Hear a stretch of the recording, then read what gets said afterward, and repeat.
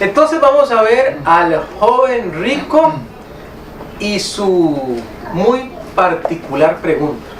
¿Verdad? Estamos viendo si hay gente que preguntó. A veces para que una persona tiene que preguntar. Tiene que preguntar. Y aquí este joven rico preguntó. La Biblia no nos dice por qué era tan rico. Es decir, cómo es que siendo tan joven era tan rico. Posiblemente heredó. Pero lo cierto del caso es que era un joven que pensaba en las cosas espirituales. Vea qué difícil, ¿verdad? Hoy día que hay muchos jóvenes que no piensan en las cosas espirituales. Él pensaba en las cosas espirituales. Y descubriremos también que era alguien que estaba tratando de hacer las cosas bien. Vamos a descubrir eso. Pero le faltaba. Vamos a ver qué era lo que le faltaba. Entonces vamos a empezar a leer en el versículo 17 de Marcos capítulo 10. Marcos capítulo 10. Dice: al salir él, este es Jesús. Este episodio está inmediatamente después de que él bendijo a los niños, ¿verdad? ¿Recuerdan el episodio de donde él bendice a los niños, verdad? Dice: al salir él para seguir su camino, vino uno corriendo. Es muy necesitado, ¿verdad? Corriendo. E hincando la rodilla delante de él, le preguntó. Ahora, tal vez venía corriendo porque dijo, voy a aprovechar ahorita que no hay nadie que le esté hablando. Porque recuerde que el Señor Jesús lo rodeaban la gente, ¿verdad? Entonces, era complicado, ¿verdad? Era complicado. Y dice que le preguntó, aquí está la pregunta: maestro bueno. Así es como él empieza. ¿Qué haré para heredar la vida eterna? Entonces a este primer punto yo lo pensé como la gran pregunta. La gran pregunta. Nosotros en esta vida no viviremos tanto. Es decir, podríamos alcanzar en nuestro tiempo con los avances médicos 90, 100 años. Pero eso comparado con una eternidad es muy poco. Es nada. Entonces este joven dice, importan más los bienes eternos. Pero ¿qué tiene que hacer uno para alcanzarlos? Ya él estaba poniendo en práctica algunas cosas que él pensaba, con esto lo voy a lograr. Ahorita lo vamos a ver. Y entonces él hace la gran pregunta. Ahora, si usted hubiese tenido la oportunidad de preguntarle algo al Señor Jesús, ¿qué le hubiera preguntado? Porque este joven la tuvo. Y vea la clase de pregunta con la que él salió. Vamos a descubrir que otros personajes tuvieron oportunidad de preguntarle, y a veces le preguntaron cosas que uno diría, ¿para qué gastó esa pregunta? ¿Verdad? Algunos le preguntaban para tentarle. Pero él aprovechó la pregunta. Y vea lo que dice el Señor Jesucristo. Toda pregunta va a tener una respuesta. Pero, como ya aprendimos la vez anterior, al Señor Jesús le gusta mucho responder con otra pregunta. Entonces viene una pregunta de parte del Señor. ¿Quién me la lee en el versículo 18? Jesús le dijo, ¿por qué me llamas bueno? Ninguno hay bueno sino solo un Dios. Muy bien, ¿verdad? Ahora ustedes me dirán, pero Jesús también es Dios. En efecto, Él también es Dios. Eso es lo que decimos nosotros cuando hablamos de la Trinidad Divina. Pero claro está, lo que está procurando el Señor Jesús decirle es, deje de poner su mirada en las personas. Deje de estar procurando tener el bienestar de las personas, el buen ver de las personas, y ocúpese de las cosas de Dios. Es lo que le está tratando de decirle. Y ahorita vamos a ver por qué le dijo eso. Ahorita lo vamos a ver. Luego le dice el Señor, los mandamientos sabes. Escuchen: no adulteres, no mates, no hurtes, no digas falso testimonio, no defraudes, honra a tu padre y a tu madre. Aquí no es asombroso que el Señor Jesús diga los mandamientos. Eso no es asombroso porque el Señor Jesús se lo sabe, ¿verdad? Entonces no está diciendo nada nuevo. Y aquí es donde yo quiero remarcar una cosita. Voy a hacer así un paréntesis, ¿verdad? Voy a abrir paréntesis y lo voy a hacer rápido. Qué curioso que entre los mandamientos el Señor Jesús no dice que hay que guardar el sábado. ¿Cómo será que Él todo lo sabe y no dijo ese?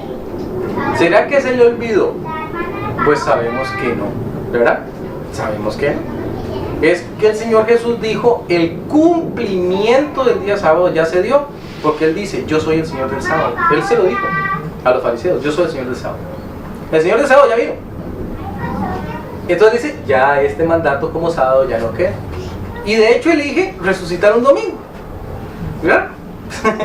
Es demasiado curioso, ¿verdad? Es casi como diciendo, dejen de aferrarse a una tradición que tuvo su momento, que tuvo su tiempo. En los planes de Dios todo tiene su tiempo, pero que ya no. Los demás mandamientos del Señor sí los sella y dice, siguen, pero ese casualmente no. Entonces cuando a veces nos preguntan, ¿por qué es que ustedes no se reúnen el sábado si el sábado es el día del Señor? Este es un buen versículo para decirle, vamos a ver qué respondería el Señor Jesús a eso, ¿verdad? Entonces este es un buen versículo para hacerlo. Se cierra el paréntesis, ¿verdad?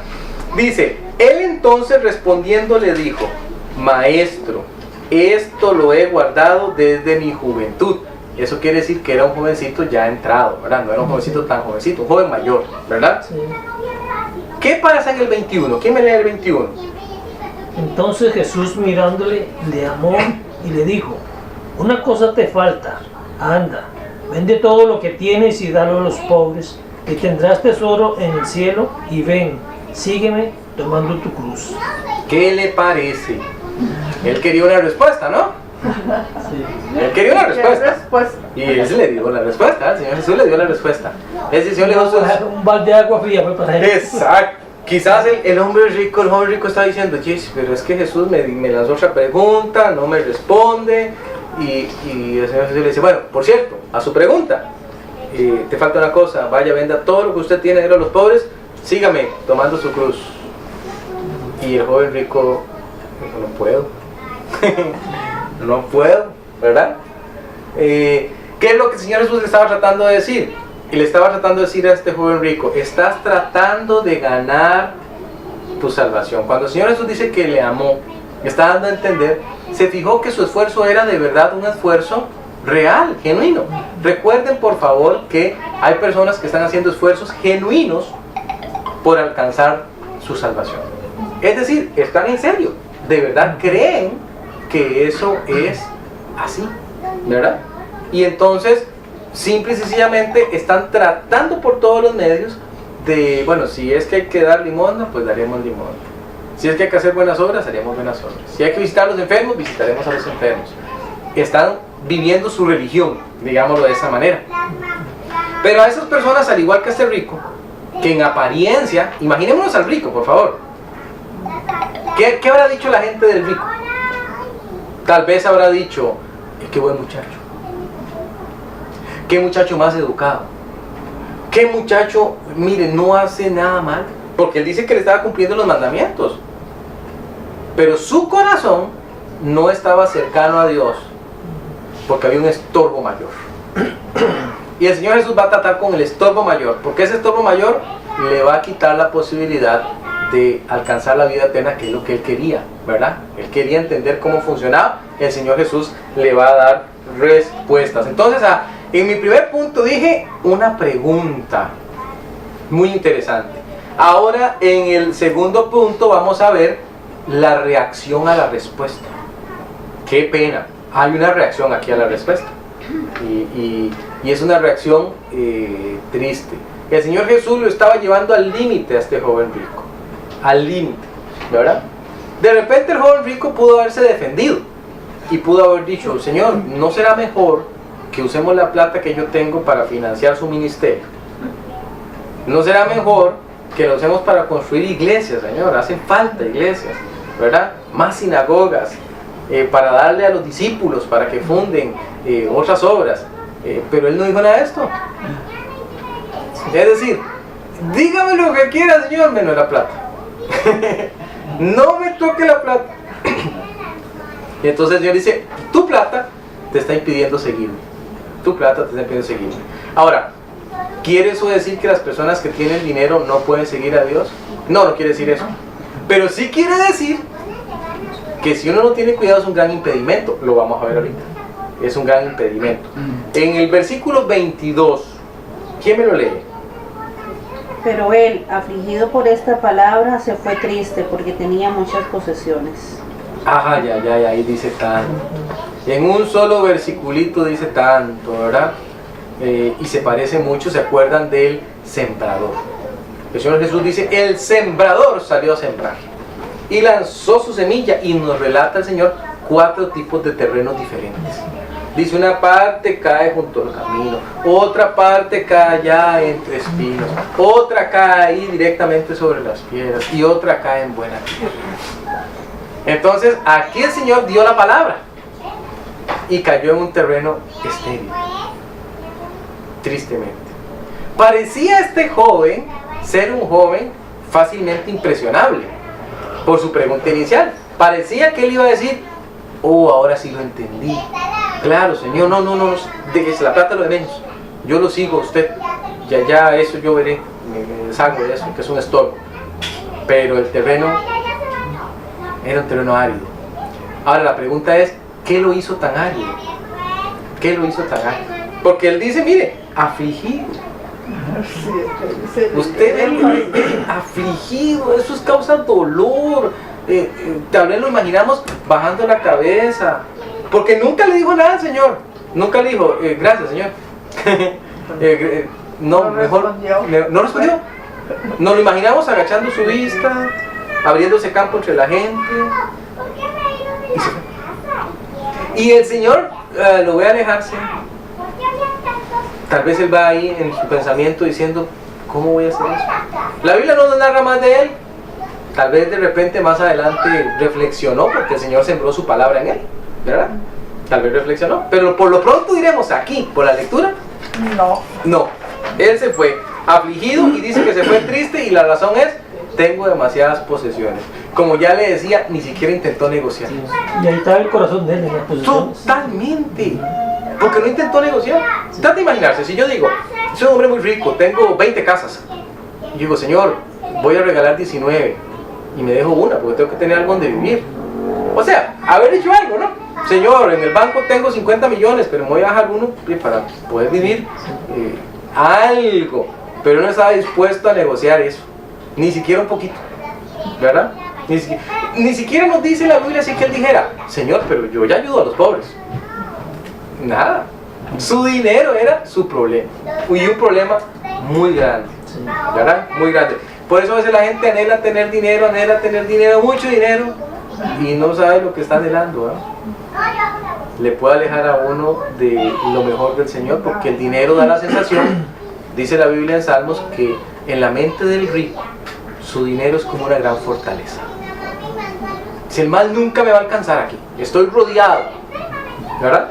Y no ocupo ni siquiera a Dios. Qué tremendo, ¿eh? Qué tremendo. Así estaba este joven rico, su reacción. Pero ahora, a partir del versículo 23, ya vimos la pregunta, ya vimos la reacción ante la respuesta, y ahora vamos a ver una aplicación práctica para nuestras vidas. Porque aquí el Señor dejó escritas palabras para nosotros en el futuro. Palabras que escandalizaron a los discípulos de aquel entonces. Usted sabe que los discípulos a ellos escuchaban, y de repente, a mí me hace mucha gracia los discípulos, ¿verdad? Porque llegan los fariseos y dicen, hey, Señor, por cierto, ¿por qué Dios le permitió a Moisés dar carta de divorcio? Y el Señor dice, bueno, por la gracia de su corazón, pero eso antes no era así. Y el Señor le empieza a explicar. Y los discípulos dicen que se escandalizaron. Y le dicen al Señor, entonces siendo así, no conviene casarse. Ellos siempre tienen una reacción, ¿verdad? Aquí la van a tener también. Aquí ellos van a reaccionar. Tal vez ellos están poniendo atención, y cuando el muchacho se va, ellos se quedan así como, ¿qué pasó aquí? ¿Y ahora qué? ¿Verdad? Un silencio incómodo.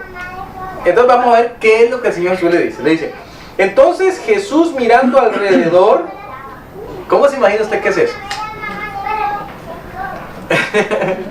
Yo siempre me imagino la mirada del Señor, ¿verdad? O sea, él ve allá donde sea el fulano y luego vuelve a ver a todos. Como diciendo, ¿cuántos de aquí andan igual? ¿Cuál se va a parar? ¿Y cuál más va a irse? Y me imagino a la gente también agachando su mirada. Yo siempre me imagino la mirada del Señor penetrante, ¿verdad? Esa mirada que hace que, uy, no me escudriña, ¿verdad? Ya me vio, ya sabe que yo también soy igual, ¿verdad? No tengo tanta plata como él, pero igual amo tanto mi dinero. Y luego de que vuelve a ver a todo lado, dice a sus discípulos: cuán difícilmente entrarán en el reino de Dios los que tienen riquezas. Entonces el Señor es sincero, el Señor es honesto, y dice: las riquezas mal manejadas son un estorbo para buscar a Dios. Abiertamente el Señor lo dice, ¿verdad? Por eso es que les decía que la cantidad de gente con dinero que busca de Dios es poca. Es poca. Claro, cuando el Señor dice esto, los discípulos se asombraron, véanlo ahí. Los discípulos se asombraron de sus palabras. Entonces aquí ha habido todo tipo de reacciones, ¿verdad? Primero hubo aflicción en uno y ahora hay asombro en otros, ¿verdad? Se asombraron de sus palabras. Pero Jesús respondiendo volvió a decirles: hijos, cuán difícil les es entrar en el reino de Dios a los que confían en las riquezas. Observe algo en ese versículo. Abro un paréntesis en el versículo 24. Vamos a ver una relación aquí triple. En ese versículo hay una relación triple. Y uno tiene que entenderla, porque estos son los pequeños, grandes detalles que se encuentran en la palabra de Dios. Vamos a ver esa relación triple. Vamos con la primera parte de la relación triple que queremos descubrir aquí. Lo primero que vamos a descubrir es que Jesús los llama hijos. Ajá. Siempre decimos que cuando nosotros recibimos al Señor Jesucristo, venimos a la familia de Dios. Así es, amén.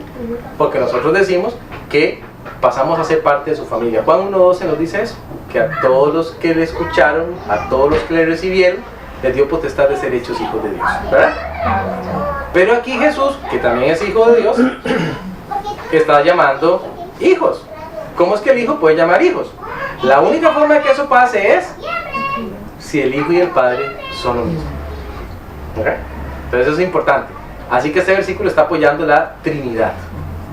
Él le llama hijos. Lo segundo que quiero que vea es que hay dos grupos aquí: el grupo de los hijos y el grupo de los que difícilmente entran en el reino de los cielos. ¿Ves? Son dos grupos diferentes. Dos grupos diferentes. A veces la gente dice: no hay tal cosa como la salvación, no hay tal cosa como el cielo, todos somos hijos. Pero aquí dice que no, a unos llamó a hijos y a otros no. Y eso es importante notarlo también. Está diciendo hay unos que no. Y lo tercero que quiero que note es que la Biblia habla de entrar. Entrar involucra una decisión.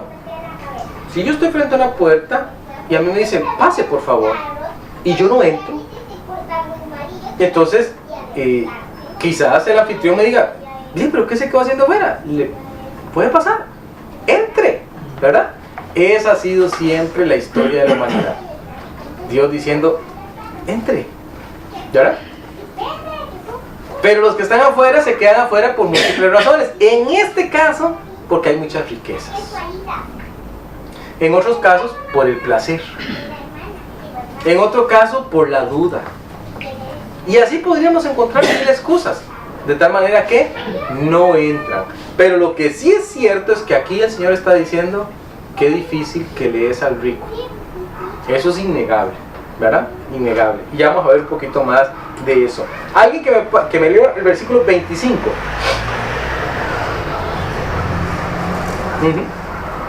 Más fácil es pasar un camello por el ojo de una aguja que entrar un rico en el reino de Dios. ¡Wow!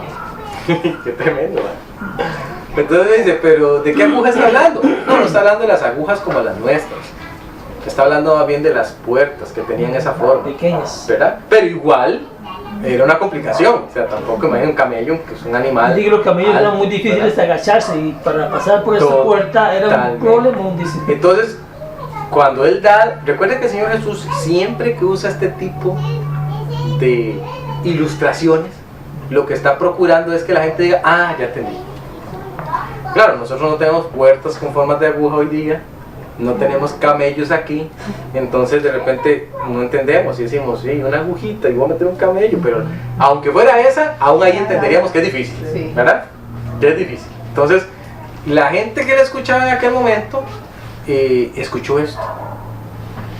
¿Y qué pasó con ellos? ¿Se asombraron más? Es decir, Imaginémonos los ojos de ellos así como tratando de entender, ya están asombrados. Y cuando les dice esto, más asombrados todavía. Más asombrados. Quizás están preguntándose, yo tengo un tío rico, él no va a ir al cielo. Yo tengo un amigo rico, él no va a ir al cielo. Y están preocupados, pensando, ¿cómo vamos a hacer? Pareciera ser que el reino de los cielos es solamente para la gente pobre. La gente rica no puede entrar en él. Y están asustados, muy asombrados. Eso dice la Biblia en el 26. Dice, ellos se asombraban aún más, diciendo entre sí, ¿quién pues podrá ser salvo? Y ahora sí, ¿verdad? Es decir, parece una labor muy difícil. Y yo quiero hacer otro paréntesis aquí. Los seres humanos de aquel entonces tenían algo más claro que nosotros hoy día. Ellos tenían la idea clara de, es que la salvación no es algo que uno pueda lograr. Pero hoy sí vemos gente que cree que lo puede hacer, ¿verdad? Que dice, no, yo voy a hacer cosas para ser salvo. La gente de aquel entonces dijo, wow, si es así, ¿cómo lo vamos a lograr? Tal vez ellos decían, somos tan indignos, nadie lo va a lograr. Nadie, no solo los ricos, nadie. Pero fíjese lo que sigue diciendo porque esto es demasiado importante. Entonces Jesús mirándolos, otra vez mirándolos, ¿verdad? Contacto ojo a ojo. Dijo, para los hombres es imposible. Ojalá usted pudiera subrayar eso en su mente, en su corazón, en su Biblia, en todo lado. Cuando alguien le diga, es que yo estoy haciendo muchas obras para tratar de salvarme, llévelo a este versículo y enséñele esa frase. Y dígale, ¿sabe qué dijo el Señor Jesús de sus esfuerzos? Que sirven para nada. Porque Él dice, para los hombres es imposible. No se puede.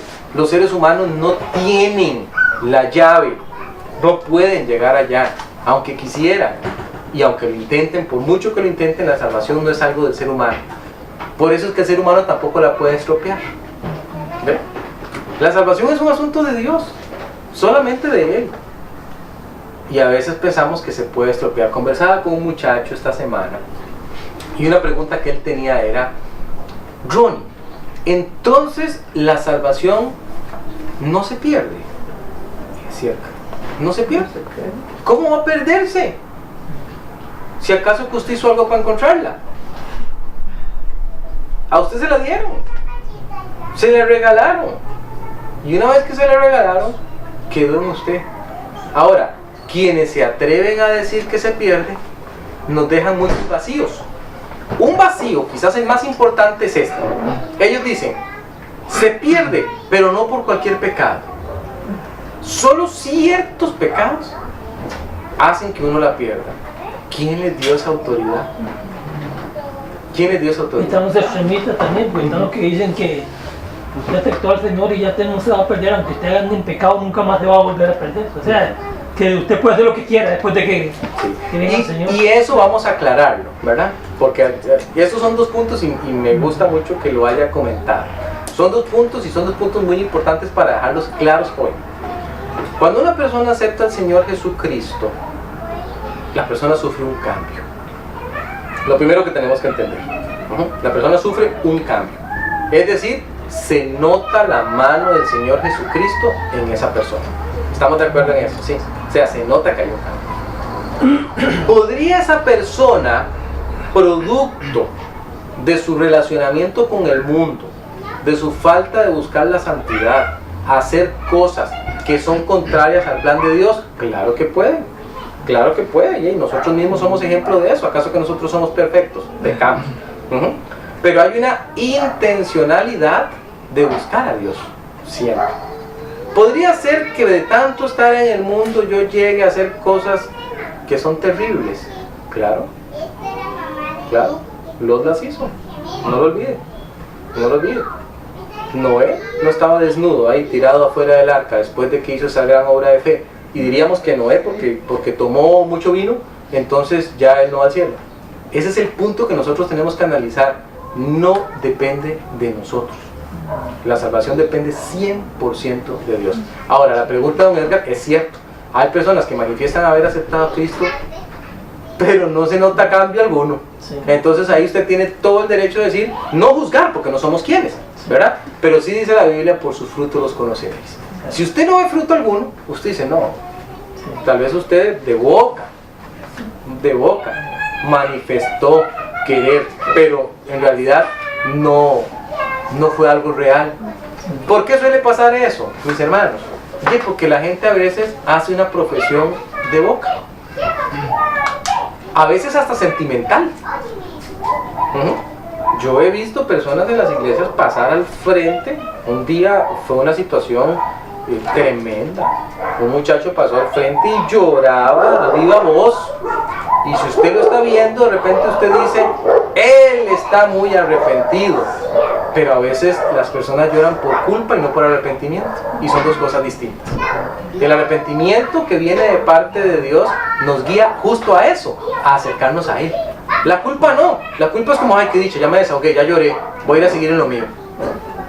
Y no pasó nada, no hubo ningún cambio, ¿verdad? Pero de este versículo, no hubo fruto. No hubo fruto. Y eso es vital entenderlo. Un día un señor levantó su mano en una iglesia y para aceptar a Cristo, y yo pasé a darle el plan de salvación. Yo empecé, voy a explicarle un poquito los versículos. Yo sé que ya adentro usted escuchó, pero vamos a detallar. Y él dijo, no, lo mío es una reconciliación. Y yo digo, bueno, usted ya conoce al Señor Jesucristo. Y me dice, sí. Bueno, cuéntame un poquito, yo siempre les pregunto. Y el hombre dijo, yo conocí al Señor Jesús hace unos 36 años. Y como más o menos hace 34, estoy alejado de él. Ya. ¿Y qué pasó? Le pregunté. Y mire, ese hombre ha empezado a darme una lista. Y yo le dije, ¿usted está pretendiendo decirme a mí que después de todas esas cosas que usted ha hecho, sin sentir el más mínimo deseo de arrepentirse delante del Señor, usted de verdad le conoce? Permítame poner eso en tela de él. El hombre se enojó conmigo. No, ya no quiero nada. Ok, perfecto, está bien. Jesús es personal, y si usted no lo quiere recibir, ese es su asunto, ¿verdad? Pero a veces uno se topa con personas así, y por eso es tan importante insistir en la salvación que está basada en Jesús, no en Jesús. Es imposible para los hombres. ¿Quién dijo eso? Jesús. Jesús dijo eso. Jesús dijo, para los hombres es imposible, mas para Dios no, porque todas las cosas son posibles para Dios. Entonces Pedro comenzó a decirle, he aquí nosotros lo hemos dejado todo y te hemos seguido. A mí me encanta Pedro, porque Pedro es el que hace la pregunta que uno quiere hacer pero no se anima. Usted quiere preguntar eso pero usted no se anima. Usted dice, ¿cómo le preguntar eso al Señor? Mejor después le pregunto. Pero Pedro no tiene filtro, ¿verdad? Entonces él de una vez, ¿verdad? De una vez dice, Pedro dice, yo no seré muy rico, pero yo tenía un barquito y tenía unas redes y yo todo eso lo dejé por seguirlo a usted. ¿Qué pasa conmigo? ¿Verdad? ¿Qué pasa conmigo? Es decir, Pedro se fue al otro extremo. Pedro se fue, le has pedido a ese muchacho que deje todo para seguirte. Ya yo lo hice. Quiero saber qué pasa con los que sí lo hacemos. Ese era su punto, ¿verdad? Y el Señor le va a responder, ¿verdad? Le va a responder. A Pedro el Señor le tiene un tremendo amor en la vida, ¿verdad? Entonces le dice, respondió Jesús y dijo, de cierto os digo. Cada vez que el Señor usa desierto, o cuando usa desierto, es doblemente, o sea, doblemente más seguro, ¿verdad? Está diciendo, esto que le voy a decir es muy seguro, ¿verdad? Dice, de cierto os digo que no hay, me encanta el Señor como habla, no hay, esas son palabritas como para subrayar la Biblia, no hay ninguno que haya dejado casa, o hermanos, o hermanas, o padre, o madre, o mujer, o hijos, o tierras por causa de mí del Evangelio, que no reciba 100 veces más ahora en este tiempo, casas, hermanos, hermanas, madres, hijos y tierras, con persecuciones y en el siglo venidero la vida eterna. Aquí es donde mucha gente se confunde. Y yo he escuchado gente decir, el Señor Jesús dice que usted va a tener muchas casas. Y traen versículos como este. Para dar a entender como que usted tiene que tener muchas casas para alquilar y para hacerse millonario. Y no, esto no está hablando de eso. Y está hablando de lo que el Señor suple a aquellos que deciden seguirles. Y en la vida de servicio a Dios, uno puede ver cómo no tiene una casa. Tiene muchas, donde es bien recibido, donde es amado, donde puede ir a comer, donde puede ir a conversar, se encuentra hermanas, se encuentra hermanos, se encuentra personas que son como sus papás en esta tierra. Por eso dice 100 veces más en esta tierra, y es cierto, es cierto. El siervo de Dios en ese sentido encontrará el amparo de Dios. Entonces es como diciéndole a Pedro, usted no se preocupe tanto por tener. Esa es otra cosa, hago el paréntesis. Una vez escuché una enseñanza de un hombre que daba a entender que el Señor Jesús era un hombre acautalado, un hombre millonario. No sé de dónde sacó eso. Decía que las mujeres estas ricas que le ayudaban con dinero le regalaban ropas finas al Señor, ¿verdad? Y él siempre andaba, como quien dice, a la moda, ¿verdad? Y con mucho dinero. Cuando alguien un día le dijo, Señor, quiero seguirte, dijo, es que venga para que vea dónde es que yo vivo. Ve ahí, donde encuentre el lugar. No tengo casa, no tengo ni siquiera donde recostar mi cabeza. ¿Aún así quiere seguirme? Y yo no sé cómo se animan a decir esas cosas, ¿verdad? ¿Cómo se animan a decir esas cosas? En otras palabras, el Señor está diciendo, haga que su equipaje en esta tierra sea liviano. Y cuando Dios le ponga plata en la mano, entonces sepa que le está poniendo una responsabilidad. Sepa que le está poniendo una responsabilidad. Y úsela y administrela para su honra y gloria. Porque a veces llega, y cuando llega, la usamos para cualquier otra cosa. Tenemos que tener ese cuidado. Hay gente que ¿verdad? tiende a decir, hermano, que cuando uno está en problemas, que tiene situaciones muy adversas, que es porque algo le pasa a usted en la vida. Bien. No, hermano. Vea que aquí está, dice que todo lo que le puede dar el Señor, casa, hermanos, hermanas, madres y tierras. ¿Pero con qué? Dice aquí lo que sigue, con persecuciones, hermano. O sea que a veces hay cosas que uno no entiende por qué pasan en la vida de uno. Pero ya, son parte del vivir en la fe. Amén. Sí. Vea que en aquel entonces la persecución tenía una forma, ¿verdad? Si te agarramos, te matamos, o te llevamos al circo romano, o te martirizamos. Hoy día tal vez la persecución no es así, pero sí hay persecución, ¿verdad? Usted quiere vivir como Dios le manda, se va a sentir perseguido. Se va a sentir perseguido, va a sentir que la gente no le aprecia tanto, que no le ama tanto. Si usted en el mundo no causa un poquito de molestia en alguna gente, entonces tenga cuidado. Tenga cuidado porque también no está viviendo el cristianismo como tiene que vivirlo, ¿verdad? Pero cuando uno causa incomodidad en la gente y alguna gente dice, es que no soporto ese tipo, no soporto a esa señora, entonces si es por causa de Cristo, dice que somos bienaventurados, ¿verdad?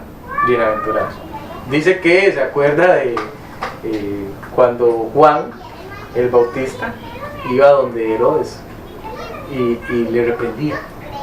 Si usted tiene ahorita como mujer a la esposa de su hermano Felipe, y eso está mal. Una piedra de zapato. Sí, eso está mal. Y dice que Herodes de buena gana le escuchaba. A pesar de que lo regañaba, que le estaba marcando su pecado. La valentía de él de decirle, eso es pecado, está mal. Pero él no tiene ninguna excusa delante de Dios. Tuvo de primera mano a un hombre como Juan el Bautista que le dijo, eso está incorrecto, ¿verdad? Y finalizamos. Dice, pero muchos primeros serán postreros y los postreros primeros. Qué bonito como el Señor trabaja, ¿verdad? Esto es una gran realidad. Lo vimos en el Timá de Cristo con el pastor Raúl. Cuidado con estar acumulando rastrojo, madera, heno, ¿verdad? Y hojas. Yo me imagino siempre esa parte como muy visual, ¿verdad? Como que el Señor dijera, traigan todo lo de Ronnie, o sea, traiga. Y me imagino donde llega, porque vamos a someterlo a la prueba, a ver qué de eso queda, ¿verdad? Cuidado, porque hay muchos que en esta tierra les gusta ser primeros. Le pasa como a los fariseos, les gusta estar al frente. Dice la Biblia que los llamen rabí, ¿verdad? Esos hombres eran tan descarados, yo no sé, a mí me da mucha cólera verlos, ¿verdad? Porque dice que hacían tocar trompeta delante de ellos. ¿Ustedes saben lo que es eso? O sea, a alguien, atención, el fariseo Ronnie va a ofrendar. Pongan atención, por favor. ¡Wow! Y dejaban caer su montón de monedas para que sonara bastante. ¡Pum! Ahí, ¿verdad? Y entonces, yo me imagino que habrá uno que otro que... Y eso les encantaba. Llegaban a la fiesta y no, ¿dónde está mi campo allá adelante? Porque yo tengo que estar adelante. Y el Señor Jesús dice, eso no va a ser así en el reino de Él. Porque Él es justo. Él ve los corazones. Y entonces a muchos les pasará, como dice el Señor Jesús, cuando usted vaya a una fiesta, dice, no se vaya a sentar allá adelante. No vaya a ser que después el anfitrión le diga, mire, por favor, levántese. ¿Qué está haciendo aquí? Hay alguien más importante que usted que yo quiero que se siente aquí, vaya a busque campo allá atrás. Dice, mejor siéntese bien atrás. Y que más bien el anfitrión diga, ¿dónde está? Que no, venga, ¿qué está haciendo ahí? ¿Verdad? Hace muchos años yo me acuerdo que en la iglesia católica, porque la mayoría casi que éramos católicos, Ajá. le ponía a las familias el nombre de la familia a las bancas para que ahí se sentaran. Oye usted. Sí. Bueno, Y yo compraba la banca, le ponía la firma para que ahí nadie... Dándole a limón. Sí. Ah, qué tremendo. Bueno, ahí tiene usted algo de, ¿verdad? No anhelemos los campos primeros en esta tierra, seamos humildes, sirvamos al Señor con toda seriedad, sirvámoslo con amor, haciendo siempre todo como para Él. Porque sí, llegará ese día, ¿verdad? Llegará ese día. Entonces, me encanta cómo termina la porción. Empezó la porción hablando de riquezas terrenales y termina la porción hablando de riquezas celestiales, ¿verdad?